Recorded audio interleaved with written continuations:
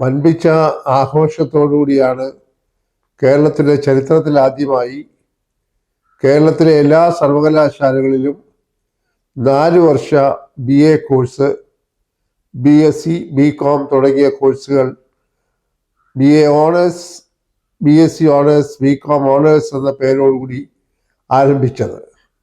ഒരു ഉത്സവ പ്രതീതിയിൽ ബഹുമാനപ്പെട്ട ഉന്നത വിദ്യാഭ്യാസ മന്ത്രി തിരുവനന്തപുരം ഗവൺമെൻറ് വിമൻസ് കോളേജിൽ ഇക്കഴിഞ്ഞ ജൂൺ 1-ാം തീയതി ഈ കോഴ്സ് ഔപചാരികമായി ഉദ്ഘാടനം ചെയ്തു. ഒരു അക്കാദമിക പ്രോഗ്രാമിൽ ഇത്തരത്തിലുള്ള ഒരു കോലംകെട്ട് ആവശ്യമുണ്ടായിരുന്നോ എന്നത് മറ്റൊരു വശമാണ്, മറ്റൊരു ചോദ്യമാണ്. എന്തായാലും കേരളത്തിൽ ദശാബ്ദങ്ങളായി നിലനിന്നിരുന്ന 3 വർഷ ബിരുദ കോഴ്സ് എന്നത് മാറ്റിക്കൊണ്ടാണ് ഈ 4 വർഷ ബിരുദ കോഴ്സ് ആരംഭിച്ചത്. ഇത് ഒരർത്ഥത്തിൽ പറഞ്ഞാൽ ദേശീയ വിദ്യാഭ്യാസ നയം 2020-ന്റെ ഭാഗമായിട്ടാണ് എന്ന് പറയേണ്ടിയിരിക്കുന്നു. കാരണം 2020-ലെ ദേശീയ വിദ്യാഭ്യാസ നയം അനുസരിച്ചാണ് പുതിയ സംവിധാനങ്ങളൊക്കെയും ഉണ്ടാക്കിയതും അത് മിക്കവാറും BJP ഭരിക്കുന്ന എല്ലാ സംസ്ഥാനങ്ങളിലും ഇതിനോടകം തന്നെ നടപ്പാക്കിയതും. അല്പം വൈകിയാണെങ്കിലും കേരളത്തിലും അത് നടപ്പാക്കാൻ തീരുമാനിച്ചു. അങ്ങനെ കേരളത്തിലെ എല്ലാ സർവകലാശാലകളിലും ഈ 4 വർഷ ബിരുദ കോഴ്സുകളാണ് ഇപ്പോൾ നടന്നുകൊണ്ടിരിക്കുന്നത്. ഇത് യഥാർത്ഥത്തിൽ ഒരു പരീക്ഷണ ഘട്ടമാണ് എന്ന് പറയേണ്ടിയിരിക്കുന്നു. കാരണം 2028-ലാണ് ഇപ്പോൾ പ്രവേശനം ലഭിച്ചിരിക്കുന്ന വിദ്യാർത്ഥികൾ BA ഓണേഴ്സ് അല്ലെ BCom, BSc ഓണേഴ്സ് ഡിഗ്രിയുമായി പുറത്തു വരുന്നത്. അപ്പോൾ ഈ പുറത്തു വരുമ്പോൾ 4 വർഷ ബിരുദ കോഴ്സ് പൂർത്തിയാക്കിയ വിദ്യാർത്ഥികളുടെ ഭാവി അല്ലെ തുടർ പഠനം എങ്ങനെയായിരിക്കും എന്നതിനെ കുറിച്ച് ഇപ്പോഴും വ്യക്തതയില്ല. അവിടെ ഇവിടെയൊക്കെ പറഞ്ഞു കേൾക്കുന്നത്, ഇവിടെ ഈ BA ഓണേഴ്സ് 4 വർഷം കഴിഞ്ഞ് പാസ്സാകുന്ന വിദ്യാർത്ഥികളിൽ 75% മാർക്കുള്ള ആളുകൾക്ക് നേരിട്ട് നെറ്റ് പരീക്ഷയ്ക്ക് എഴുതി ഒന്നുകിൽ ഗവേഷണത്തിന് പോകാം, അല്ലെന്നുണ്ടെങ്കിൽ വേണ്ടി വന്നാൽ കോളേജ് അധ്യാപകരായി പോലും തീരാം എന്ന് ദൂരെ കൂട്ടി പറയുന്നതായി കേൾക്കുന്നുണ്ട്. ആധികാരികമായി അതൊന്നും പുറത്തു വന്നിട്ടില്ല. അവിടെ ഒരു വലിയ പ്രതിസന്ധി എന്ന് പറയുന്നത്, ഏതെങ്കിലും കാരണവശാൽ ആ പരീക്ഷ, നെറ്റ് പരീക്ഷ പാസ്സാക്കാൻ കഴിയാതെ വന്നാൽ ഈ വിദ്യാർത്ഥികളുടെ ഭാവി എന്തായിരിക്കുമെന്നുള്ളതാണ്. സ്വാഭാവികമായി നമ്മളെല്ലാം പിന്തുടരുന്ന ഒരു സമ്പ്രദായം എന്ന് പറയുന്നത് ബിരുദ കോഴ്സ് കഴിഞ്ഞാൽ ബിരുദാനന്തര കോഴ്സുകൾ ചേർന്ന് പഠനം തുടരുക എന്നതാണ്. അപ്പോൾ ഇവിടെ ബിരുദാനന്തര കോഴ്സ് എന്ന് പറയുന്നത് സ്വാഭാവികമായി MA, MSc, MCom ആണല്ലോ. അപ്പോൾ ഇവിടെ ഈ BA ഓണേഴ്സ് അല്ലെങ്കിൽ BSc ഓണേഴ്സ്, BCom ഓണേഴ്സ് 4 വർഷം കഴിഞ്ഞ് വീണ്ടും ഒരു 2 വർഷം കൂടെ ബിരുദാനന്തര കോഴ്സിന് പോവുക എന്ന് പറയുമ്പോൾ യഥാർത്ഥത്തിൽ വിദ്യാർത്ഥികളുടെ 1 വർഷം നഷ്ടപ്പെടുകയാണ്. അതുകൊണ്ടാണ് ഇപ്പോൾ കേൾക്കുന്നത്, അതും വ്യക്തമായി പുറത്തു വന്നിട്ടില്ല, 1 വർഷ ബിരുദാനന്തര കോഴ്സും ഇതിനോടൊപ്പം തന്നെ പദ്ധതിയായി കണക്കിലെടുത്തുകൊണ്ട് അല്ലെങ്കിൽ പരിഗണിക്കപ്പെട്ടുകൊണ്ടിരിക്കുന്നു എന്നുള്ളതാണ്. അവിടെയും വേറൊരു ആശയക്കുഴപ്പമുണ്ട്. ഈ 1 വർഷ MA കോഴ്സാണോ അതോ ഇപ്പോൾ സമാന്തരമായി നടന്നുകൊണ്ടിരിക്കുന്ന അല്ലെങ്കിൽ പരമ്പരാഗതമായി നടന്നുകൊണ്ടിരിക്കുന്ന 2 വർഷ MA, MSc, MCom കോഴ്സിന്റെ ലാറ്ററൽ എൻട്രി, അതായത് 2-ാം വർഷ പ്രവേശനമാണോ എന്ന കാര്യത്തിലും വളരെയേറെ ആശങ്കയും ആശയക്കുഴപ്പവും നിലനിൽക്കുന്നുണ്ട്. ചിലർ പറയുന്നു, ഈ 4 വർഷത്തെ ബിരുദ കോഴ്സ് പൂർത്തിയാകുന്നവർക്ക് 1 വർഷം കൊണ്ട് ലാറ്ററൽ എൻട്രി വഴിയും മാസ്റ്റേഴ്സ് ബിരുദം നേടാമെന്ന് പറയുന്നു. മറ്റൊരു വിചിത്രമായ ഒരു സംഗതി, ഈ 4 വർഷ ബിരുദ കോഴ്സിൽ ചേർന്നിരിക്കുന്ന വിദ്യാർത്ഥികൾക്ക് വേണമെങ്കിൽ ഒരു നിശ്ചിത ക്രെഡിറ്റ് എടുത്തു കഴിഞ്ഞാൽ 3-ാം വർഷം പുറത്തിറങ്ങി സാധാരണ ബിരുദധാരികളായി ഇപ്പോൾ നിലനിൽക്കുന്ന ബിരുദധാരികളെ പോലെ പുറത്തു വരാം എന്നും പറയുന്നു. ഇതൊക്കെ എത്ര ആശയക്കുഴപ്പമുണ്ടാക്കുന്നതാണ്. ഈ 3-ാം വർഷം ഏതെങ്കിലും വിദ്യാർത്ഥി അല്ലെങ്കിൽ കുറേ വിദ്യാർത്ഥികൾ ഇപ്പോൾ അഡ്മിഷൻ ഒരു ക്ലാസ്സിൽ എടുത്തിരിക്കുന്നത് 40, 50, 60 വിദ്യാർത്ഥികളാണ്. അപ്പോൾ സാങ്കല്പികമായി 3-ാം വർഷം ഒരു 10, 30 വിദ്യാർത്ഥികൾ BA ഡിഗ്രി, BSc ഡിഗ്രി മതി ഞങ്ങൾക്ക് എന്ന് പറഞ്ഞ് പുറത്തു പോയി കഴിഞ്ഞാൽ പിന്നെ ശേഷിക്കുന്ന വിദ്യാർത്ഥികളുമായിട്ട് വേണം ആ ക്ലാസ് മുന്നോട്ട് പോകാൻ. അതുണ്ടാക്കുന്നതായിട്ടുള്ള ഈ പ്രത്യേകിച്ച് സ്വാശ്രയ കോളേജുകളുടെയൊക്കെ സാമ്പത്തിക ബാധ്യതയൊക്കെ വലിയ പ്രശ്നങ്ങളിലേക്ക് നയിക്കുമെന്ന കാര്യത്തിൽ തർക്കമില്ല. കാരണം അവിടെയും നേരത്തെ നിയമിതരായ അധ്യാപകർ വേണമല്ലോ. അപ്പോൾ വിദ്യാർത്ഥികളുടെ എണ്ണം കുറയുമ്പോൾ സ്വാഭാവികമായി ഫീസിന്റെ വരുമാനം കുറയും. അപ്പോൾ 10-15 വിദ്യാർത്ഥികളെ വെച്ച് 4-ാം വർഷ ബിരുദ കോഴ്സ് നടത്തേണ്ട ഒരു ദുർഗതി ഉണ്ടാകും. അവിടെയും വലിയ ആശയക്കുഴപ്പമാണ്. ഇപ്പോൾ തന്നെ 6-ാമത്തെ വയസ്സിലാണ് പുതിയ വിദ്യാഭ്യാസ നയം അനുസരിച്ച് 1-ാം ക്ലാസ്സിൽ ചേരേണ്ടത്. അപ്പോൾ നേരത്തെയൊക്കെ 5-ാമത്തെ വയസ്സിൽ ചേർന്ന കുട്ടികൾക്ക് കൃത്യം 20 വയസ്സാകുമ്പോൾ 3 വർഷ ബിരുദത്തോടുകൂടി ആദ്യ അടിസ്ഥാന ബിരുദത്തോടുകൂടി പുറത്തു വരാമായിരുന്ന ഒരു സാഹചര്യമാണ് ഇപ്പോൾ. 6 വയസ്സിൽ 1-ാം ക്ലാസ്സിൽ പ്രവേശിച്ചു കഴിഞ്ഞാൽ 4 വർഷ ബിരുദ കോഴ്സുകൂടെ കഴിയുമ്പോൾ 22 വയസ്സാകും ഒരു വിദ്യാർത്ഥി ഒരു അടിസ്ഥാന ബിരുദവുമായി പുറത്തു വരേണ്ടത്. എന്തൊരു കഠിനമായ ശിക്ഷയാണിത്. 2 വർഷം ഈ വിദ്യാർത്ഥികൾക്ക് നഷ്ടപ്പെടുകയാണ്. നിലവിലുള്ള സമ്പ്രദായം അനുസരിച്ച് 22 വയസ്സ് പൂർത്തിയാകുന്ന ഒരു വിദ്യാർത്ഥി ഇടയ്ക്കെങ്ങും തോക്കാതെ പഠിച്ചു വന്നാൽ അയാൾ ഒരു മാസ്റ്റർ ബിരുദധാരിയാവും. ആ അവസരമൊക്കെ ഇല്ലാതാക്കിക്കൊണ്ടാണ് ഈ തരത്തിലുള്ള ഒരു പരിഷ്കാരവുമായി വന്നിരിക്കുന്നത്. അതതിൻ്റെ 1-ാം ഭാഗം. 2-ാം ഭാഗം ഇപ്പോൾ ഒരു സെമസ്റ്റർ ഈ പുതിയ സമ്പ്രദായത്തിൽ പൂർത്തീകരിച്ച് കേരളത്തിലെയും കണ്ണൂരെയും സർവകലാശാലകൾ പരീക്ഷ നടത്തി റിസൾട്ട് പുറത്തു കൊണ്ടുവന്നിരിക്കുകയാണ്. അതായത് ജൂൺ 1-ന് തുടങ്ങിയെങ്കിൽ പോലും അഡ്മിഷൻ പൂർത്തീകരിച്ചത് ജൂലൈ മാസം അവസാനമാണ്. ഏതാണ്ട് 2 മാസത്തോളം കഴിഞ്ഞു. അതുവരെ അഡ്മിഷൻ നടക്കുകയായിരുന്നു. അപ്പോൾ മുഴുവൻ ക്ലാസ്സുകൾ കിട്ടിയ കുട്ടികളുണ്ട്, മുഴുവൻ ക്ലാസ് കിട്ടാത്ത കുട്ടികളുണ്ട്.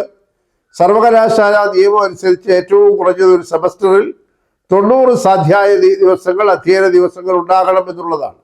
എന്നാൽ സങ്കടകരം എന്ന് പറയട്ടെ, കേരളത്തിലെ ഒരു സർവകലാശാലയിലും ഒരു കോളേജിലും ഈ കഴിഞ്ഞ സെമസ്റ്ററിൽ 90 ദിവസം സ്വാധ്യായ ദിവസങ്ങൾ അവർക്ക് കിട്ടിയിട്ടില്ല. അതിനേക്കാൾ ഒരു തരത്തിൽ പറഞ്ഞാൽ എല്ലാവരെയും ആശങ്കപ്പെടുത്തുന്ന ഒന്നാണ് ഈ 1-ാം സെമസ്റ്റർ കഴിഞ്ഞപ്പോൾ അവർ നടത്തിയതായ പരീക്ഷയും അതിൻ്റെ മൂല്യനിർണ്ണയവും അതിൻ്റെ റിസൾട്ട്. ഇതെല്ലാം ആഭ്യന്തര പരീക്ഷ, ഇന്റേണൽ എക്സാമിനേഷൻ എന്ന നിർവചനത്തിലാണ്. അതായത് 1-ാം സെമസ്റ്റർ ഇപ്പോൾ പരീക്ഷ നടത്തിയിരിക്കുന്നത് അതാത് കോളേജുകളിലാണ്. അതാണ് ഇതിൻ്റെ ഏറ്റവും പ്രധാനപ്പെട്ട ഭാഗം. 1-ാം സെമസ്റ്ററിന്റെ പഠനം പൂർത്തീകരിച്ച് പരീക്ഷ നടത്തുകയും അതിൻ്റെ മൂല്യനിർണ്ണയം നടത്തുകയും മാർക്കിടുകയും എല്ലാം ചെയ്ത് ഈ ഫലം അപ്ലോഡ് ചെയ്തത് ഓരോരോ പ്രത്യേക കോളേജുകളാണ്. അപ്പോൾ ഇവിടെ കാണേണ്ട ഒരു കാര്യം, ഈ പരീക്ഷയുടെയൊക്കെ ഗുണനിലവാരം എത്ര തകർന്ന് തരിപ്പണമായിരിക്കുന്നു. കാരണം ഇവിടെ ഫോൾസ് നമ്പറിംഗ് എന്ന് പറയുന്ന സമ്പ്രദായമില്ല. ഞാനൊരു അധ്യാപകനാണെങ്കിൽ ഞാൻ പഠിപ്പിക്കുന്ന കുട്ടിയുടെ പേപ്പർ ഞാൻ തന്നെ നോക്കുകയാണ്. ആ കുട്ടിയുടെ പേര് ഇതിൽ എഴുതിയിട്ടുണ്ട്, അതിൻ്റെ എല്ലാ വിശദാംശങ്ങളും അറിയാം. വീണ്ടും സാങ്കല്പികമായിട്ട് ചോദിക്കട്ടെ, ഒരു അധ്യാപകന്റെയോ അധ്യാപികയുടെയോ മകനോ മകളോ തൻ്റെ സ്വന്തം കോളേജിൽ പഠിക്കുന്നു, അല്ലെങ്കിൽ ബന്ധുവായിട്ടുള്ള കുട്ടികൾ പഠിക്കുന്നു എന്ന് പറയുമ്പോൾ നമ്മൾ കൃത്യമായി മുഖം നോക്കി മാർക്കിട്ടാൽ എങ്ങനെയിരിക്കും ആ മാർക്കിൻ്റെ ആ ഒരു നിലവാരം എന്നത് ആരെയും അത്ഭുതപ്പെടുത്തുന്നതാണ്. അപ്പോൾ വെളുക്കാൻ തേച്ചത് പാണ്ടായി എന്ന് പറഞ്ഞതുപോലെ ഈ പറയുന്ന പരീക്ഷയുടെയൊക്കെ രഹസ്യ സ്വഭാവം പൂർണ്ണമായി നഷ്ടപ്പെട്ടിരിക്കുന്നു. മാത്രവുമല്ല, ഈ സ്വാശ്രയ കോളേജുകൾക്ക് ഇത് വലിയൊരു സൗകര്യമാണ്. കാരണം അവിടെ പഠിക്കുന്ന വിദ്യാർത്ഥികൾ മുഴുവൻ ജയിക്കുന്നുവെന്ന സന്ദേശം പുറത്ത് പരത്തിയാൽ മാത്രമേ അവർക്ക് പിറ്റേ വർഷം കുട്ടികൾ ആ കോളേജിൽ ചേരുകയുള്ളൂ. അതേസമയം ഏതെങ്കിലും ഒരു കോളേജിൽ ഒന്നും എഴുതാത്തവരെ പോലും അല്ലെങ്കിൽ അല്ലാതെ പലതരത്തിൽ വിദ്യാർത്ഥികളെ വേർതിരിച്ച് പരീക്ഷാഫലം പുറപ്പെടുവിക്കുമ്പോൾ കുറേ കുട്ടികളെങ്കിലും തോറ്റുപോയി എന്നറിഞ്ഞാൽ അങ്ങനെ തോൽക്കുന്ന ഒരു കോളേജിലേക്ക് വിദ്യാർത്ഥികളെ ആരും രക്ഷിതാക്കൾ അയക്കുകയില്ല. അപ്പോൾ ഈ പറയാൻ വരുന്നതിൻ്റെ പ്രധാന മർമ്മം എന്ന് പറയുന്നത്, മിക്കവാറും എല്ലാ കോളേജുകളിലും 100% വിജയമായി പൂർത്തീകരിച്ചുകൊണ്ടിരിക്കുന്ന ഒരു തരം ഉഡായിപ്പ് പരിപാടിയായി ഈ 4 വർഷ ബിരുദ കോഴ്സ് മാറിക്കൊണ്ടിരിക്കുന്നു എന്ന് പറയുന്ന ഒരു ഭയാനകമായ ഭീതിജനകമായ അവസ്ഥയാണ്. ഒരു വശത്തൂടെ നമ്മൾ ഉന്നത വിദ്യാഭ്യാസത്തിന്റെ പ്രത്യേകിച്ചും ഗുണനിലവാരം വർദ്ധിപ്പിക്കണമെന്ന് നമ്മൾ പറഞ്ഞ് ഗീർവാണം മുഴക്കിക്കൊണ്ടിരിക്കുകയാണ്. എന്നാൽ ഇവിടെ പരീക്ഷയിൽ യാതൊരു തരത്തിലുള്ള രഹസ്യ സ്വഭാവമില്ല. മാർക്ക് കൊടുക്കുന്നതിനെ സംബന്ധിച്ച് വ്യക്തമായ മാർഗനിർദ്ദേശങ്ങൾ സർവകലാശാല കോളേജുകൾക്ക് കൊടുത്തിട്ടില്ല.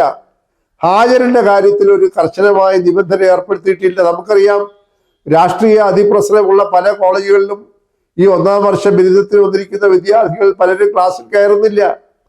അവർ ക്ലാസ്സിന് പുറത്ത് രാഷ്ട്രീയ പ്രവർത്തനവുമായി നടക്കുകയാണ്.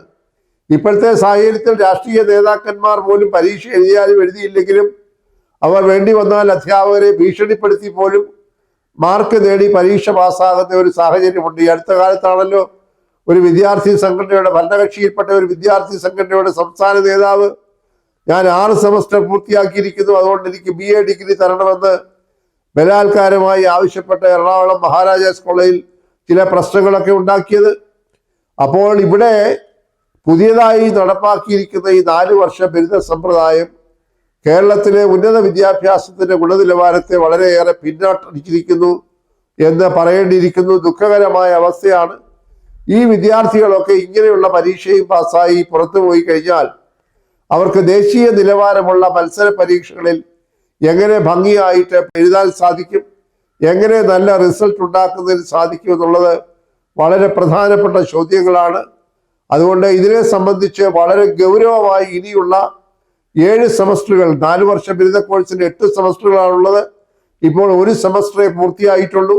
ഇനി 7 സെമസ്റ്ററുകൾ കഴിഞ്ഞ് ഞാൻ നേരത്തെ പറഞ്ഞതുപോലെ 2028 പുറത്തിറങ്ങുന്ന വിദ്യാർത്ഥികൾ ഈ തരത്തിലുള്ള പരീക്ഷകൾ പാസ്സായാണ് വരുന്നതെങ്കിൽ അവരുടെ ദേശീയ നിലവാരം എത്രയായിരിക്കും എന്നുള്ളത് എല്ലാവരെയും ഒരുപോലെ ആശങ്കപ്പെടുത്തുന്നതാണ്. ഇപ്പോഴത്തെ സംവിധാനം അനുസരിച്ച് കേൾക്കുന്നത് 1, 3, 5 സെമസ്റ്ററുകളിൽ അതാത് കോളേജുകളിൽ പരീക്ഷ നടത്തുക, 2, 4, 6, 8 സെമസ്റ്ററുകളിൽ യൂണിവേഴ്സിറ്റി പരീക്ഷ നടത്തുക എന്നൊക്കെയാണ് കേൾക്കുന്നത്. അതിനെ സംബന്ധിച്ചൊക്കെ ഇനി കാത്തിരുന്ന് കാണേണ്ടതായിട്ട് വരുന്നു. എന്തായാലും ഈ തരം പുതിയ പരിഷ്കാരം വിദ്യാർത്ഥികളെയും രക്ഷിതാക്കളെയും ഒരുപോലെ വല്ലാത്ത ആശയക്കുഴപ്പത്തിലും ആശങ്കയിലുമാണ് ആക്കിയിരിക്കുന്നത്. ഇപ്പോൾ തന്നെ കണ്ണൂർ സർവകലാശാലയിൽ വിചിത്രമായ ഒരു സംഗതി നടന്നത്, അവർ റിസൾട്ട് പബ്ലിഷ് ചെയ്തു എന്ന് പറഞ്ഞ് കോളേജുകളിലേക്ക് അയച്ചു. ചില കോളേജുകൾ മാധ്യമങ്ങൾക്ക് വരെ റിസൾട്ട് കൊടുത്തു. അപ്പോൾ കണ്ണൂർ സർവകലാശാല പറയുകയാണ്, ഞങ്ങൾ ഔദ്യോഗികമായി റിസൾട്ട് പ്രസിദ്ധീകരിച്ചിട്ടില്ല. കാരണം അതിനുവേണ്ടി ഒരു സ്വകാര്യ സോഫ്റ്റ്വെയർ സമ്പ്രദായമൊക്കെയാണ് ഇപ്പോൾ ഏർപ്പെടുത്തിയിരിക്കുന്നത്. അങ്ങനെ ആകെ കൂടെ കുഴഞ്ഞു പറഞ്ഞ ഒരവസ്ഥയിൽ മത്സര ബുദ്ധിയോടുകൂടി കണ്ണൂർ സർവകലാശാല റെക്കോർഡ് സമയത്തിൽ റിസൾട്ട് പ്രസിദ്ധീകരിച്ചു. കേരള സർവകലാശാലയിൽ തൊട്ടുപുറകെ റെക്കോർഡ് സമയത്തിൽ റിസൾട്ട് പ്രസിദ്ധീകരിച്ചു എന്നൊക്കെ വീമ്പിളക്കുന്നത് നേരത്തെ പറഞ്ഞതുപോലെ എങ്ങനെയാണ് ഈ പരീക്ഷകളുടെ മൂല്യനിർണ്ണയം നടത്തിയത്, ആരാണ് നടത്തിയത്, അതിനകത്ത് നിഷ്പക്ഷതയും മുഖപക്ഷമില്ലാതെയും മൂല്യനിർണ്ണയം നടത്താനായി അധ്യാപകർക്ക് സാഹചര്യങ്ങൾ ഒരുക്കി കൊടുത്തിട്ടുണ്ടോ? ഒരു നിലവാരവും ഇല്ലാത്ത കോളേജുകളിലും വിദ്യാർത്ഥികളിലുമൊക്കെ ഈ പറയുന്ന പോലെ 100-ന് 100 മാർക്കും അല്ലെങ്കിൽ 50-ന് 50 മാർക്കും കൊടുത്ത് A+ഉം AA ഒക്കെ കൊടുക്കുന്ന ഒരു രീതിയിലേക്ക് കാര്യങ്ങൾ പോകുന്നുവെങ്കിൽ ഈ വിദ്യാഭ്യാസ ഗുണനിലവാരം ഈ താഴേക്ക് പോയാൽ ഒട്ടും അത്ഭുതപ്പെടേണ്ടതില്ല. ഇങ്ങനെയാണോ വിദ്യാഭ്യാസത്തിന്റെ നിലവാരം ഉയർത്തുന്നത് എന്ന് ബന്ധപ്പെട്ട ആളുകൾ, മന്ത്രി ഉൾപ്പെടെയുള്ള ആളുകൾ, യൂണിവേഴ്സിറ്റിയുടെ ഉന്നത സ്ഥാനങ്ങളിൽ ഇരിക്കുന്ന ആളുകളൊക്കെ വളരെ ഗൗരവത്തോടുകൂടി ഒരു പുനശ്ചിന്തനം നടത്തേണ്ട കാലം അതിക്രമിച്ചിരിക്കുന്നു. ഒരു സ്വയം വിമർശനത്തിനും ഒരു കാര്യമായിട്ടുള്ള നിരീക്ഷണത്തിനും ഒരു സമഗ്രമായിട്ടുള്ള അവലോകനത്തിനും ഇനിയും വൈകിയാൽ ഈ വിദ്യാർത്ഥികളുടെയും രക്ഷിതാക്കളുടെയും ഭാവി വളരെ അനിശ്ചിതത്വത്തിലായിരിക്കും. അവർ എവിടെയും എത്താത്ത തരത്തിൽ അവരുടെ വിദ്യാഭ്യാസം മുന്നോട്ട് കൊണ്ടുപോകേണ്ടതായിട്ട് വരും. ആർക്കെവിടെ എന്ത് പഠിക്കാൻ കഴിയും എന്നതിനെക്കുറിച്ച്, ഏത് പഠിക്കണം എന്നതിനെക്കുറിച്ച് പോലും നിർണ്ണയിക്കാൻ കഴിയാത്ത ഒരു അന്തരാളത്തിൽ അവർ ചെന്ന് പെടുമെന്നുള്ളത് വളരെ ഗൗരവത്തോടു കൂടി കാണേണ്ട ഒരു വിഷയമാണ്.